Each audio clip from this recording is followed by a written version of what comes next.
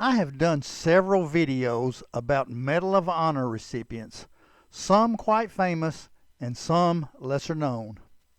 The Medal of Honor award was first instituted by the military in 1861 and has been bestowed on deserving armed force members continuously since that time. Many Medal of Honor recipients are well known, others not so much.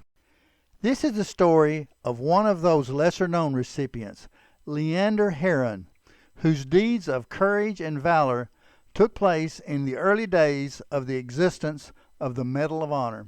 Leander Herron was born in 1846 in Bucks County, Pennsylvania.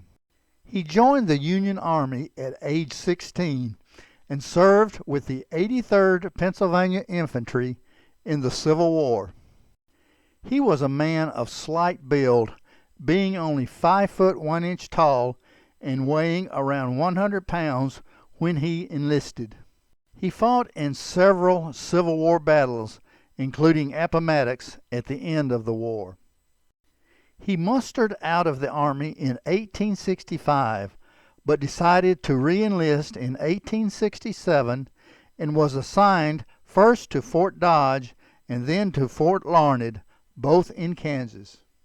Those two forts were 60-some odd miles apart, and communications between the two military outposts were carried out primarily by mounted couriers carrying messages and communiques.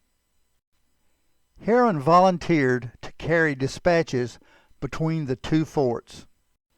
The duties performed by a courier were very dangerous due to the constant threat of Indian attacks. Consequently, most trips took place at night. On the night of September 1st, 1868, Leander headed out on an all-night ride from Fort Larned to Fort Dodge. Along the way, he met a detail of 4 soldiers escorting a mule-drawn wagon filled with firewood, bound for a small outpost halfway between Fort Larned and Fort Dodge, called Fort Coon. Fort Coon, or the Sod Outpost, as it was sometimes called, was staffed by only a sergeant and 10 men. It was situated at the confluence of Coon Creek and Little Coon Creek near present-day Kinsley, Kansas. Herron was aware of the frequent attacks by Cheyenne and Arapaho Indians in the area and advised the firewood detail to only travel at night. He continued on his mission to Fort Dodge, arrived at sunrise, and slept most of the day until he was tasked with another trip back to Fort Larned. He was allowed to choose another soldier to accompany him on that trip, and he chose Corporal Patrick Boyle, who was known to have the fastest horse in the outfit. At dusk, Corporal Boyle and Corporal Herron set out on their trip to Fort Larned. When they neared Little Coon Creek, they heard noises that turned out to be an attack by 50 Cheyenne warriors on the detachment of 4 men on the firewood detail. They had not heeded Herron's advice to travel only at night. Boyle and Herron charged into the besieged wagon, avoiding injury, only to find an extremely tenuous situation. Most of the soldiers in the firewood detail were wounded, and the mules pulling the wagon were dead. Boyle and Herron recognized that short of rescue by reinforcements, they were doomed to perish. A plan was hatched that Boyle, having the fastest horse, would ride to Fort Dodge for help. He burst away on his horse from the 5 men, going down a ravine. Herron and the other 4 heard shots in the area of Boyle's retreat and assumed he had been killed.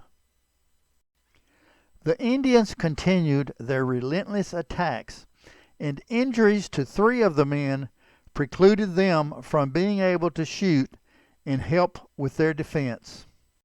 By dawn, the beleaguered troops were down to only 12 rounds of ammunition and had made the decision to save bullets for themselves to avoid capture and torture at the hands of their attackers.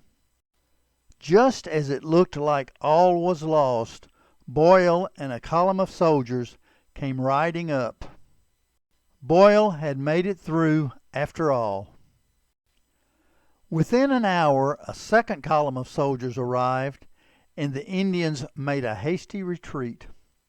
Along with the second group of soldiers was an ambulance wagon and a doctor. The firewood wagon that the men had used for cover during the siege looked like a porcupine with arrows sticking out in all directions.